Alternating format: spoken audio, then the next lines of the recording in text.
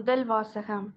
இயேசு கிறிஸ்து அருளிய வெளிப்பாட்டின் வாயிலாக நற்செய்தி எனக்கு கிடைத்தது. திருத்தூதர் பவுல் கலாத்தியருக்கு எழுதிய திருமுகத்திலிருந்து வாசகம். அதிகாரம் 1, இறைவசனங்கள் 6 முதல் 12.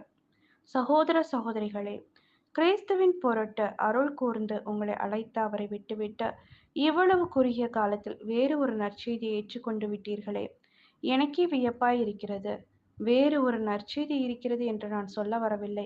மாறாக சிலர் உங்கள் மனத்தை குழப்பி கிறிஸ்துவின் நற்செய்தியை திரித்து கூற விரும்புகின்றனர் என்பதுதான் உண்மை.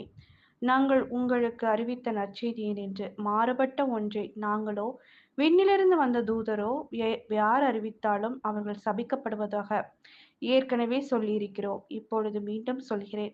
நீங்கள் ஏற்றுக்கொண்ட நற்செய்தியினின்று மாறுபட்ட ஒன்றை யாராவது உங்களுக்கு அறிவித்தால் அவர்கள் சபிக்கப்படுக.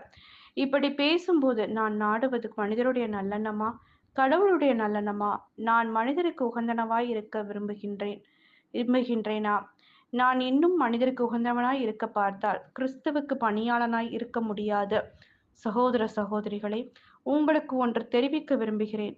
நான் உங்களுக்கு அறிவித்த நற்செய்தி மனிதரிடமிருந்து வந்ததல்ல. எந்த மனிதரிடமிருந்தும் நான் அதை பெற்றுக்கொள்ளவில்லை. எந்த மனிதரும் அதை எனக்கு கற்றுக் கொடுக்கவில்லை. மாறாக இயேசு கிறிஸ்து அருளிய வெளிப்பாட்டின் வாயிலாக அது எனக்கு கிடைத்தது. இது ஆண்டவரின் அருள்வாக்கு. இறைவா உமக்கு நன்றி. நற்செய்தி வாசகம். எனக்கு அடுத்திருப்பவர் யார்? லூக்கா எழுதிய நற்செய்தியிலிருந்து வாசகம். அதிகாரம் 10, இறை வசனங்கள் 25 முதல் 37. அக்காலத்தில் திருச்சட்ட அறிஞர் ஒருவர் எழுந்து இயேசுவை சோதிக்கும் நோக்குடன், போதகரே, நிலைவாழ்வை உரிமையாக்கிக் கொள்ள நான் என்ன செய்ய வேண்டும் என்று கேட்டார். அதற்கு இயேசு, திருச்சட்ட நூலில் என்ன எழுதியிருக்கிறது? அதில் நீர் என்ன வாசிக்கிறீர் என்று அவரிடம் கேட்டார். அவர் மறுமொழியாக, உன் முழு இதயத்தோடும் முழு உள்ளத்தோடும் முழு ஆற்றலோடும் முழு மனத்தோடும் உன் கடவுளாகிய ஆண்டவரிடம் அன்பு கூர்வாயாக. உன் மீது நீ அன்பு கூர்வது போல் உனக்கு அடுத்திருப்பவர் மீதும் அன்பு கூர்வாயாக என்று எழுதியுள்ளது என்றார். இயேசு, சரியாய் சொன்னீர், அப்படியே செய்யும், அப்பொழுது வாழ்வீர் என்றார். அவர் தம்மை நேர்மையாளர் என காட்ட விரும்பி, எனக்கு அடுத்திருப்பவர் யார் என்று இயேசுவிடம் கேட்டார். அதற்கு அவர் மறுமொழியாக கூறிய உம்மை, ஒருவர் எருசலேமிலிருந்து எரிகோவுக்கு போகும்போது கள்வர் கையில் அகப்பட்டார். அவருடைய ஆடைகளை அவர்கள் உரித்து கொண்டு அவரை அடித்து குற்றுயிராக விட்டு போனார்கள். குரு ஒருவர் தற்செயலாய் அவ்வழியே வந்தார். அவர் அவரை கண்டதும் மறுபக்கமாக விலகி சென்றார். அவ்வாறே லேவியர் ஒருவரும் அவ்விடத்துக்கு வந்து அவரை கண்டதும் மறுபக்கமாய் விலகிச் சென்றார்.